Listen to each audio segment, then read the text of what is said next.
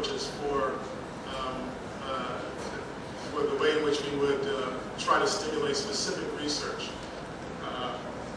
The first area that we have an interest in supporting is identifying novel therapeutics from the pharmacopoeia of traditional medical systems, specifically traditional Chinese medicine, but other alternative medical systems as well.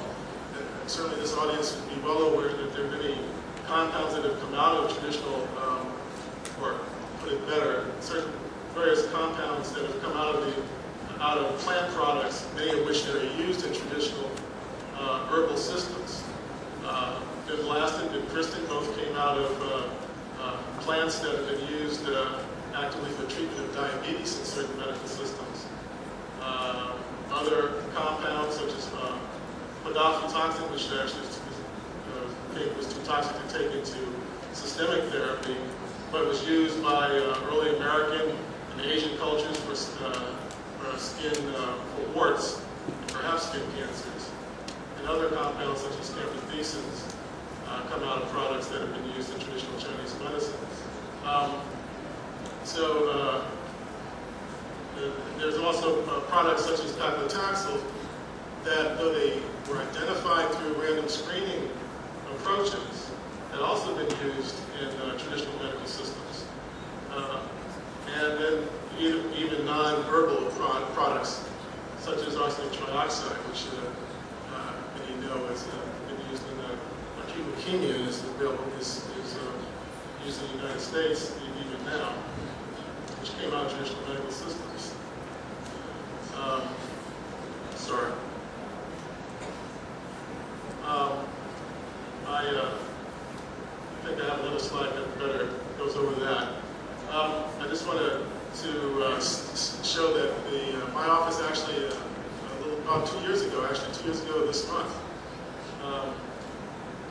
put on a meeting in which we invited many of the people here at this conference to come to the NIH campus to talk with and to meet and to present scientific information in order to try to engage the NIH community and the extramural investigators working in traditional Chinese medicine research. And we had a conference, Traditional Chinese Medicine and Cancer Research, Fostering Collaborations, Advancing the Science. It was, I think, a very successful meeting. We had over 150 people that came to this meeting. Many of them these are many of the speakers that are presented here. And this was really, I think, to show that it was, or to open more doors of dialogue that might lead to collaborations. And one specific one that did come out of this is represented by this project, the impact of Shen-Chi formula on immunologic parameters in 14-1 during mammary cancer model. Dr. Chi Li is here at this meeting, as is Dr. Lin Hong Shen, the Director of Oncology at the Guanabin Hospital.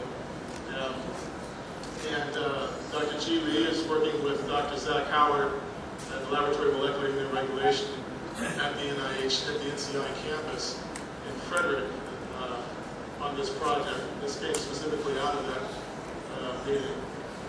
I'm just going to show you these, and then I know that we're probably pressed for time, so I'm not going to, I just want to give a sense of what it is that specifically TCM projects that were in last year's NCI portfolio. I've just broken them out by these different areas. We have only one project that goes to multiple aspects of traditional Chinese medicine, and that is the International Center for TCM for Cancer. This is the U19 project that is the collaboration between MD Anderson and Fudan Hospital, which many of you are aware of it.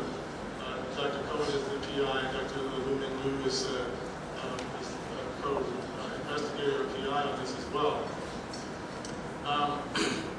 Then with regard to acupuncture research, we have multiple projects which include aspects that are multi-center clinical trials, such as this project, and then single-site clinical trials, such as this pilot study of acupuncture for cancer-related fatigue, We have acupuncture to aid post-colectomy recovery in colorectal cancer patients.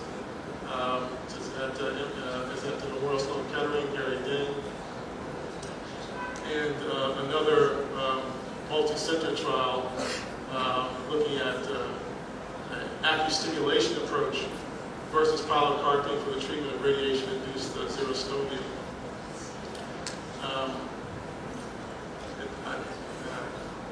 As I mentioned, we have other NCI representatives here. Dr. Amara is a representative from the CCOM program here. With regard to herbal medicine, there's a variety of projects. Many of them are listed here. Another collaborative project between Harvard University and the Baptist University of Hong Kong is looking at exploring traditional and Tai Chi work as well. I just want to move quickly through these last few slides.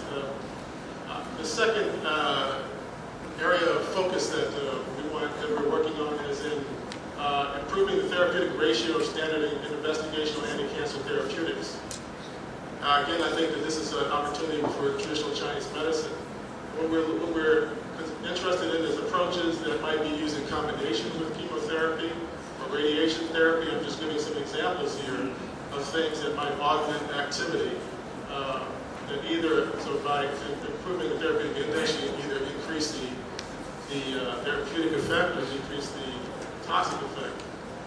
Also approaches that might impact on monoclonal antibody therapeutics, which are made of glucan products, and other investigational therapies, the impact on them as well. So in summary, the NCI is a vigorous activity in complementary alternative medicine research and information production.